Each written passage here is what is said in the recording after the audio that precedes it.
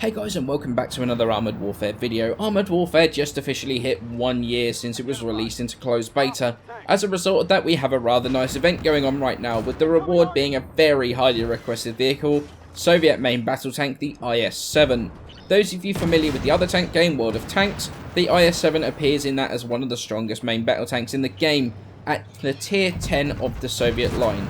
Not quite so high in Armoured Warfare, however. In this, it comes into the game as the latest in a long line of premium vehicles at tier 3. So before we launch into talking about the vehicle a bit, let's really quickly go over how you actually get your hands on this rather archaic beast. Well, all you need to do is log on at some point in the duration of the event to play at least 5 PvE or PvP battles where you do damage, and then you will get the IS-7 when the event ends on the 15th of October. Now this does apply to both old accounts and brand new ones, so if you fancy trying out Armoured Warfare and want to get yourself a free tier 3 premium main battle tank, try it between now and the 15th, and you will get a nice boost to your account with this free tank. But it's all well and good getting a free tank, right? Because it's free, it must suck. Well, not necessarily, no, and in fact I quite like it, and there's a few reasons for that. Firstly, its frontal armour. While it's only shown in game as 150mm on the lower hull, it's almost impenetrable from any tank to the same tier as itself, and a lot of guns in higher tiers, mostly due to the piked nose that the IS series was famed for from the sort of IS-3 onwards. This means that while 150mm doesn't sound like a lot, and to be honest it's not, the angling means it is super bouncy and very hard to penetrate from the front. With the turret a rather insane 250mm at the front, also insanely angled, you can basically forget about bending the turret whatsoever. In fact, with the sides and rear are also 100mm of armour, autocannons from things like the AMX-10P or the XM800 cannot penetrate you whatsoever. It's very, very funny when they think that, that they're flanking you, thinking they're about to get a ton of damage, and then they can't do anything at all, and then just leave very, very sad. In addition to that though, the fact that it gets so much more HP than any other tier 3 MBT, 1,445 compared to even the Leopard 1's 1,380. The Leopard also has no armour whatsoever really. It's a very potent combination. Naturally, like any Russian vehicle, it does have some fairly obvious weak spots to it. That said, it is a lot less than some. We have the lower plate of the vehicle, it's a standard Russian MBT weak spot, although it does seem to be that the lower glacis is easier to pen more reliably, closer to the seam of the lower and upper glacis of the vehicle, so that's something to bear in mind. Then you have the driver's side viewports. If you look very closely on the piked nose, the side windows of the driver have a flat surface on the inside of them, so if you have an IS-7 face hugging you, that's a pretty easy spot to hit. So don't go for the driver's hatch itself. That doesn't seem to be a hitbox at all, and it's just going to go through and bounce off the upper glacis behind it. And then you have the half damage area on the hatch, just to the right side of the top of the turret. Over-angling the tank, that can also flatten out the pike nose as well. So be careful of that, because it does open up a weak spot right on the tip of that pike nose that's actually not too difficult to pen. Put simply enough though, if you cover that lower plate by going hull down in this thing, to be honest, you're pretty much just an immovable bunker at that point. If you come across a hull down IS-7, trying to trade shots with it, at that point it's not going to end well for you.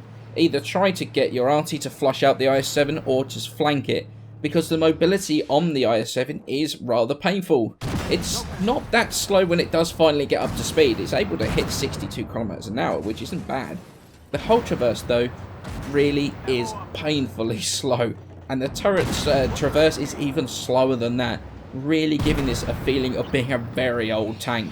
But it also makes it very easy to flank and get behind. Playing this thing, getting flanked is the worst thing that could possibly happen. Your armour isn't going to save you at that point, and you're unlikely to be able to bring the gun round to hit those that are behind you.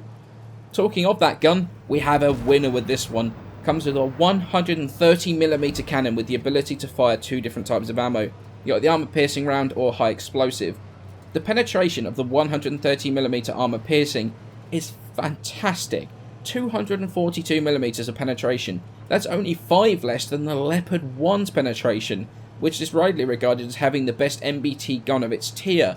But while the Leopard's going to do 276 average damage with its AP, the IS-7 will do an average of 336 per shot.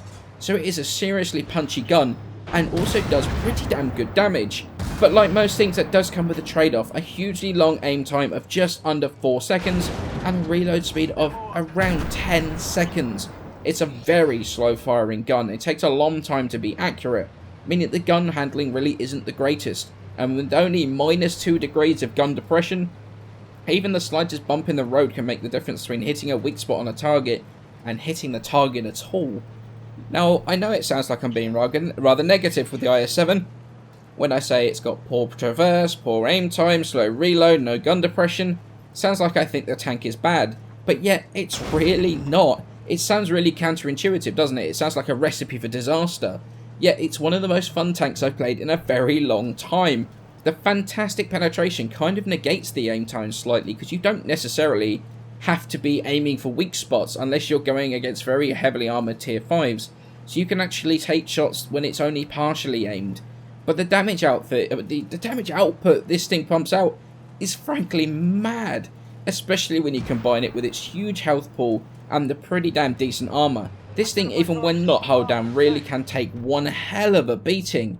Now, I have to admit, the first thing I did with this tank was I took it into PvE, and I immediately noticed that hull traverse, that turret traverse, the aim time, and thought this thing was going to be a right stinker of a tank.